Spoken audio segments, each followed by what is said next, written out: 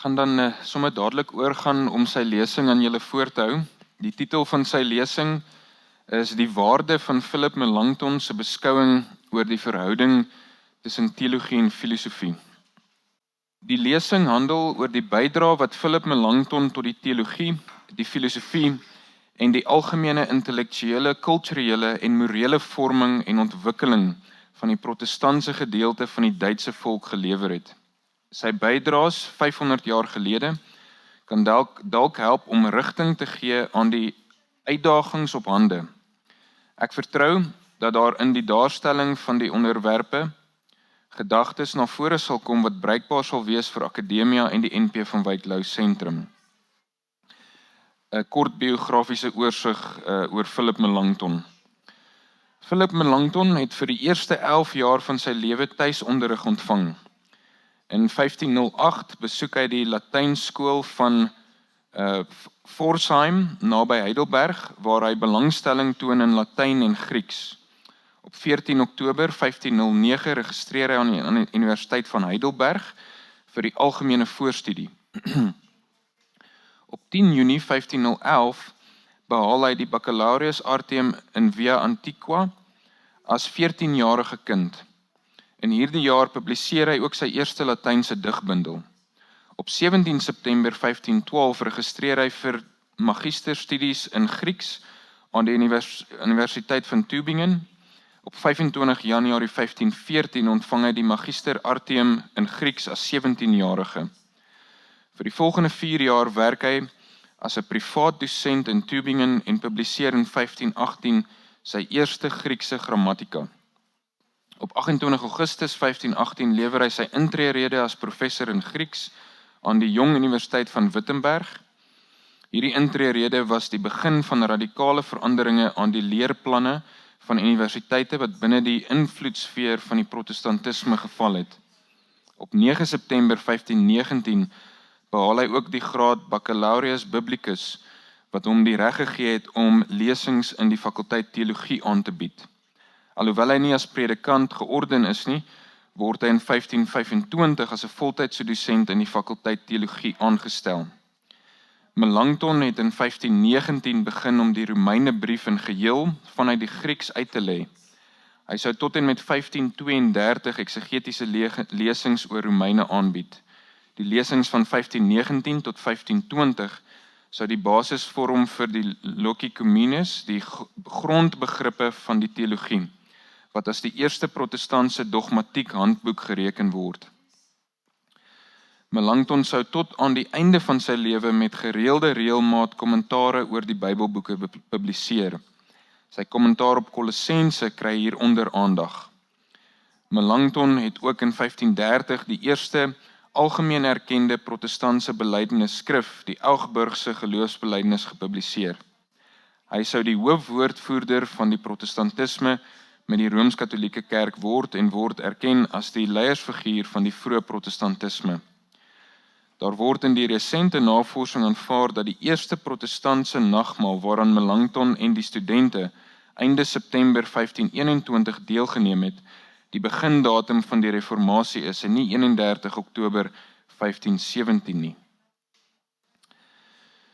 Die volgende punt waarna toe ons nou gaan in profnatiese lesing is teologie, 'n skrifuitleg ter wille van die prediking. En dit struktureer hy onder die vraag, wat is teologie? Volgens Melanchthon is teologie ten diepste uitleg van die skrif met die oog op die prediking van die evangelie. In die eerste uitgawe van sy retoriek in 1519 het hy aangetoon dat die prediking nie sonder die insigte van die retoriek, wat as deel van die artes liberalis of die filosofie kan klaarkom nie. Die argument kan dus nie alleenlik wees dat 'n universiteit nie sonder godsdiens kan klaarkom nie, maar ook dat teologie nie sonder die filosofiese vakke kan klaarkom nie. Vanuit die perspektief van die retoriek het die predikant en so die teologie 3 basiese take, naamlik om die wesentlike van die Christelike godsdienst te verduidelik, om mense te oortuig om aan die Christelike geloof vas te hou en om mense te vermaan om volgens die Christelike etiek te lewe. Melanchthon betreur die feit dat die geneigtheid bestaan om slegs aan die laaste opgawe uitvoering te gee, terwyl die hoofklem op die leerprediking moet val. Predikante verval in die moraalprediking aangesien hulle die filosofiese moraal probeer bevorder, wat volgens hom makliker is as die etiek van die Nuwe Testament. Melanchthon waarsku ook vanuit sy retoriese vakkennis teen die lofrede. Dit is 'n aanvaarbare gestalte vir die homiletiek, om die lof van mense vanaf Maria tot by 'n bekeerling in die prediking te besing, ondergrawe die weldade van Christus en verlaag die erediens tot 'n geleentheid om te spog. Die hooftaak van die prediking volgens Melanchthon is om te definieer, te verduidelik en te troos, en hiervoor is vaardigheid in die dialektiek nodig. Sonder die filosofiese dialektiek, aldus Melanchthon, is verantwoordelike leerprediking nie moontlik nie. Soos hierbo genoem het Melanchthon alreeds met sy intreerede daarop aangedring dat die Bybel vanuit die grondtale Hebreëus en Grieks bestudeer moet word. Melanchthon se bydrae tot die teologie sluit egter nie by die taalkunde en eksegese nie. Hy is ook die grondlegger van die protestantse hermeneutiek. Hy het daarop aangedring dat die Bybelse tekste binne groter verbande verstaan en uitgelê moet word. Die Bybelboeke moet as geheel bestudeer word en 'n boek soos Romeine moet binne die geheel van die evangelie verstaan word. Dit is die enigste wyse waarop die Christelike godsdiens verstaanbaar uitgelê kan word. Aan die hand van die hooftemas van die Bybel soos sonde, verlossing en 'n spesifieke lewenswyse, moet die Bybelboeke en hul hoofstukke verklaar word. Hierdie werkswyse skep die basis vir gesprek met die filosofie en ook die ander wetenskappe. Die volgende opskrif is in profnatiese lesing is dan nou die belangrikheid van die filosofie. Dit behoort duidelik te wees dat Melanchthon die filosofie hoog geag het en self 'n belangrike bydrae gelewer het tot bestudering van die filosofie. As rasionele wese is die mens geroepe om sy wêreld te verstaan. Hy doen dit deur al die wetenskappe wat saamgevat word onder die naam filosofie. Filosofie is by uitstek die wetenskap van die taal, die natuur en die sedes, wat gebruik maak van die skepingsgawe van die menslike rede. Begrip, verstaan en morele oordeel is die uitdagings van menslike nadenke en navorsing, en is nie in alle opsigte van die geloof en die teologie afhanklik nie. Geloof en teologie kan wel hier en daar impulse tot nadenke lewer, maar die kerklike leer dra weinig tot niks tot die wetenskappe by nie. Die feit dat geloof en filosofie twee aparte vakgebiede is, skaad nie die mens en die samelewing nie, maar dra eerder by tot die verryking van die menslike bestaan. Vanselfsprekend het Melanchthon die voortdurende gesprek tussen teologie en filosofie bepleit, sodat daar denkend geglo en gelowig gedink kan word. Nou beweeg ons oor na die verhouding tussen teologie en filosofie. En die eerste opskrif is teologie is nie filosofiese etiek nie. Melanchthon het vroeg in sy loopbaan met die Romeinse skolastiek gebreek. Die hoofrede het met die Romeinse teologiese metode te make gehad wat die teologie afhanklik gemaak het van die filosofiese etiek. In sy voordrag oor die leer van die heilige Paulus argumenteer hy dat die skolastiek Paulus uit die debat geneem het en so die geloof in Jesus Christus. Die skolastiek het in Jesus 'n morele ideaal gesien en sy lewensbydra beperk tot die goeie lewensvoering. Aangesien Jesus se etiek nie oral beïndruk en verstaan word nie, moet die hulp van Aristoteles ingeroep word om die kerklike moraal aanvaarbaar en verstaanbaar te maak. Hierdie aanslag is volgens Melanchthon die begin van die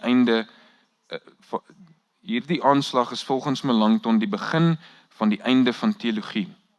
Melanchthon het daarom die volgende voorgestel. Om Christus te ken beteken om nie slegs aan sy deugde vas te hou nie, maar om met 'n dankbare gemoed aan sy weldaad vas te hou, wat die Hemelse Vader deur hom oor die ganse aarde uitgestort het en wat die verskil tussen heidendom en Christendom aandui. Melanchthon se beswaar teen die gebruik van Aristoteles in die teologie is dat die filosoof deugdlikheid as geluksaligheid verstaan. Melanchthon het groot waardering vir Aristoteles se deugdlikheid, maar dit is geen toevlugsoord vir die geknelde gewete nie. Christus se filosofie bied die antwoord op menslike skuld. Verder wys Melanchthon daarop dat ware moraliteit 'n gawe van die Heilige Gees is, aangesien slegs die vernuwende gees van die mens die beste deugdsaamheid, naamlik die liefde, kan beoefen. Die volgende opskrif is die tweede besinning oor die verhouding tussen teologie en filosofie. Melanchthon het 7 jaar later in sy ekskursies oor Paulus se brief aan die Kolossense sy tweede besinning oor die verhouding tussen teologie en filosofie aangebied. In die sentrum van die diskussie staan Kolossense 2 vers 8. Pas op dat niemand julle meevoer deur 'n filosofie en leë bedreery wat gegrond is op menslike tradisie en teorieë oor die kosmiese elemente en nie op Christus nie. Melanchthon se bedoeling is om die selfstandigheid van die teologie teenoor die filosofie te beklemtoon. Terselfdertyd het hy die belangrikheid van die filosofie beklemtoon, maar ook op die grense van die filosofie gewys. Hy gebruik die debat oor die onderskeid tussen die twee tipes geregtigheid, naamlik die geregtigheid van die geloof en die geregtigheid van die menslike denke en handeling. Melanchthon beklemtoon dat die menslike rede en so die filosofie en al die wetenskappe 'n egte en goeie skepping van God is. Die rasionele oordeel vermoë wat God aan die mens skenk, moet gebruik word om die natuur en sosiale fenomene te verklaar en te verstaan. Die rede en die filosofie is betroubare instrumente om die waarheid van die skepping te ontrafel en die uitdaging van die etiek te bemeester. Wanneer Paulus waarsku teen die filosofie, spreek hy nie kritiek uit teen die menslike gebruik van sy godgegewe rede en die wetenskappe nie. Melanchthon stel dit so: aangesien alle kunste en wetenskappe wat deur God aan ons gebied word sy gawe is, en ten regte ook so genoem moet word, is die wetenskappe 'n uitdrukking van eerbied vir God en verdien daarom om beoefen en geleer te word, in plaas daarvan om dit te verag.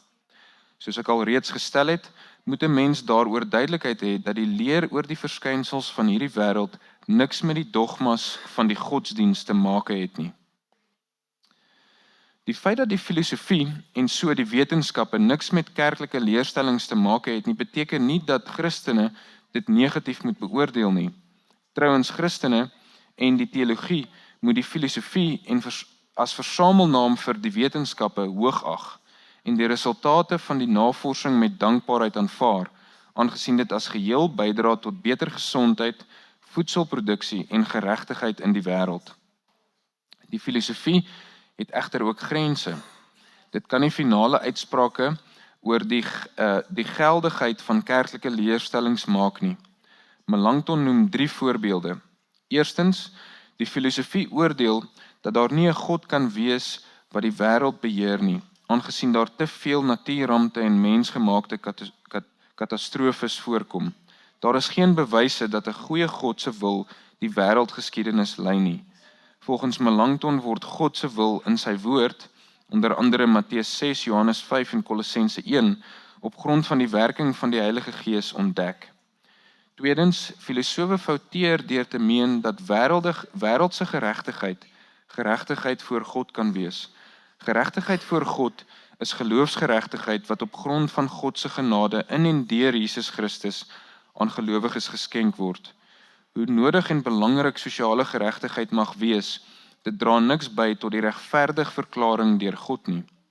Derdens, die filosofie kan wel bydra om maatskaplike ewels, onreg en ongeregtigheid te bestry, maar dit lewer geen bydra tot die verlossing van sonde nie. Sonde het met die distansie teenoor God te maak, waaraan almal skuldig is. Geen mens het die moontlikheid om nie te sondig nie. En daarom is God se geregtigheid die enigste weg uit die sonde. Hierin stel die filosofie nie belang nie, en daarom verteenwoordig die teologie en die filosofie 2 tipes geregtigheid, en daarom 2 tipes van kennis en waarheid. Hierdie onderskeid impliseer geensins vyhandigheid nie, en net soos die teoloog nie sonder die filosofie verantwoordelik kan teologiseer nie, sal dit vir die filosoof dwaas wees om hom totaal van die teologie te distansieer. Nou beweeg ons na die volgende opskrif toe, en dit is die teologiese en filosofiese verstaan van God. Die verhouding tussen teologie en filosofie by Melanchthon word goed geïllustreer deur sy verstaan van God. In die eerste uitgawe van die Loci Communis het hy nie 'n aparte hoofstuk oor die godsvraag gehad nie, gewoon omdat die Romeinebrief nie tot so 'n vraagstelling aanleiding gegee het nie. In die 1535 uitgawe van die Algemene Teologiese Temas het hy vir die eerste keer kortliks aan hierdie tema aandag gegee.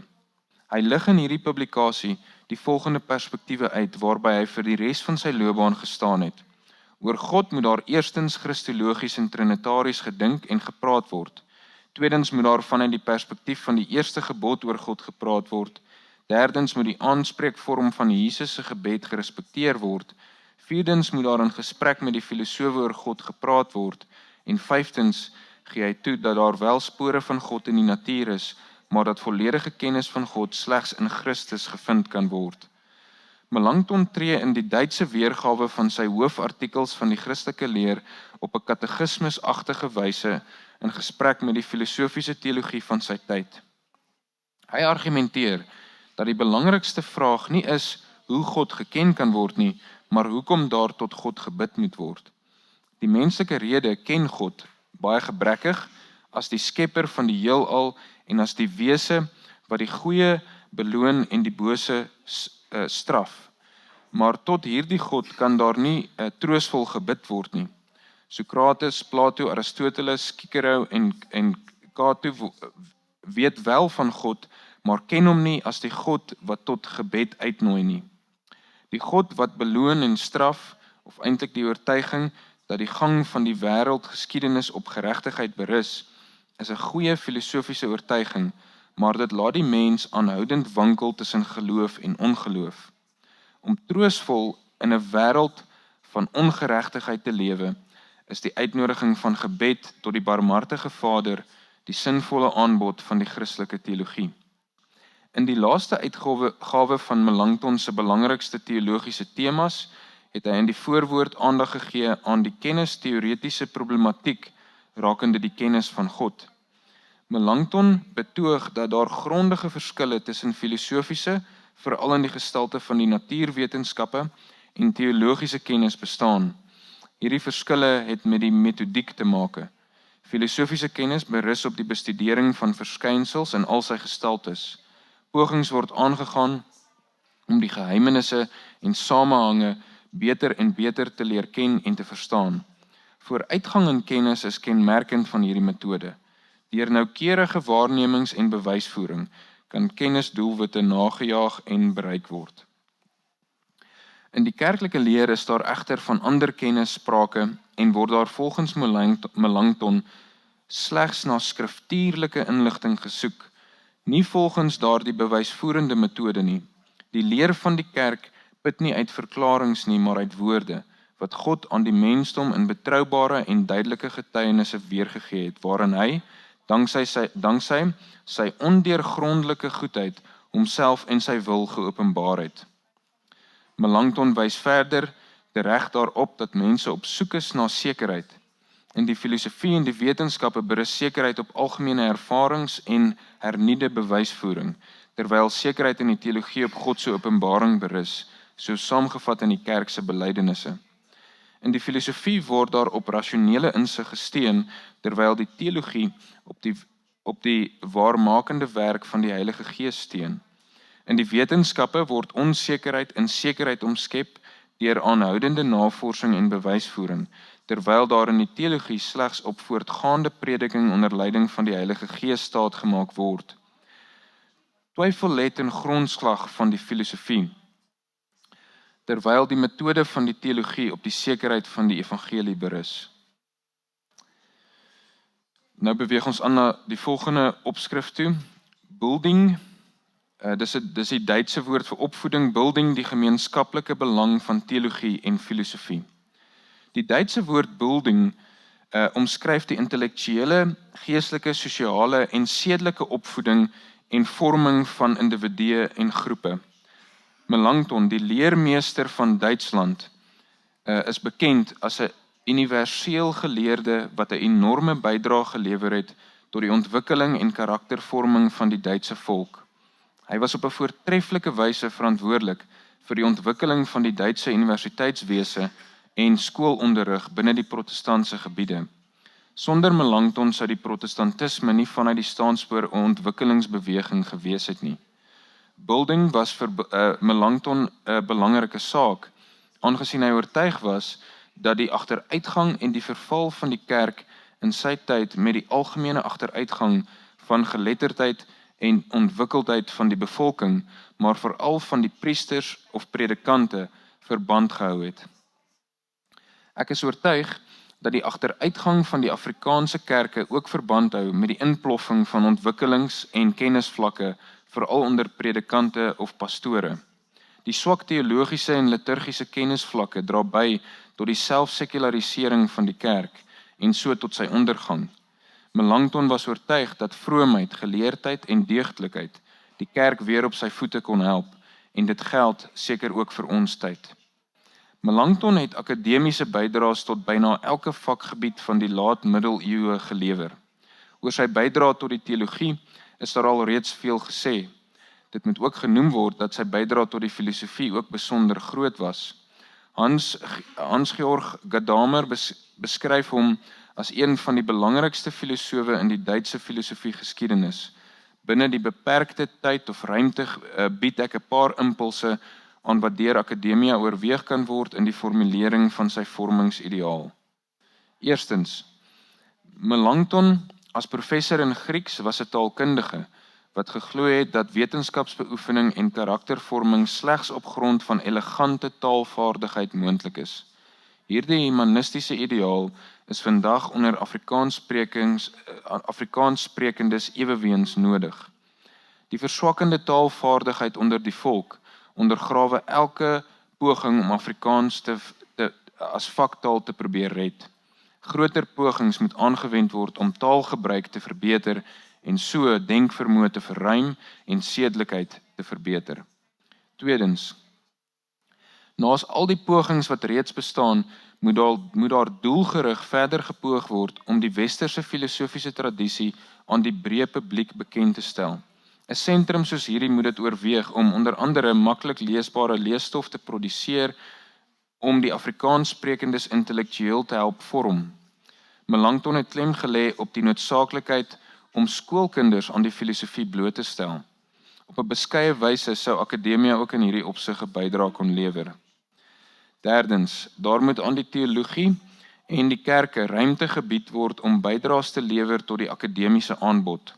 In plaas daarvan om te strewe na 'n Christelike universiteit, moet Akademia eerder geleenthede bied waar Christelik-teologiese menings en insigte met die universiteit en die gemeenskap gedeel kan word. Lesings en voordragte, dalk as interdepartementele of interfakultêre navorsing gepubliseer kon word, om die stem van die teologie te midde van die godsdienstvyhandigheid van ons tyd hoorbaar te maak. Teologiese bydraes moet by die Bybelse temas bly en nie diensbaar raak aan die gesekulariseerde gestaltes van die Christendom nie. Vierdens, 'n teologiese instituut en of sentrum of 'n onderafdeling van 'n bestaande instituut en of sentrum kan dalk aan Akademia gevestig word.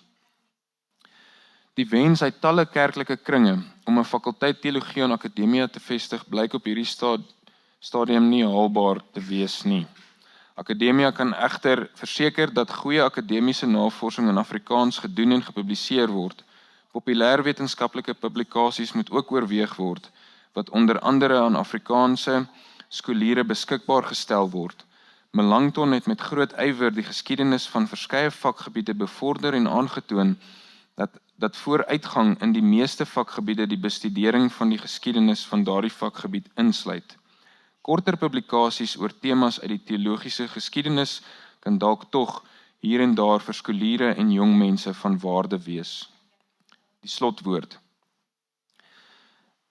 Vir Melanchthon was opvoeding die hooftaak van 'n universiteit. Elke vakgebied kan 'n bydrae tot hierdie taak lewer. Die tale, teologie en filosofie was volgens hom die vakgebiede wat by uitstek verantwoordelik was vir die opvoeding en vorming van Europeërs.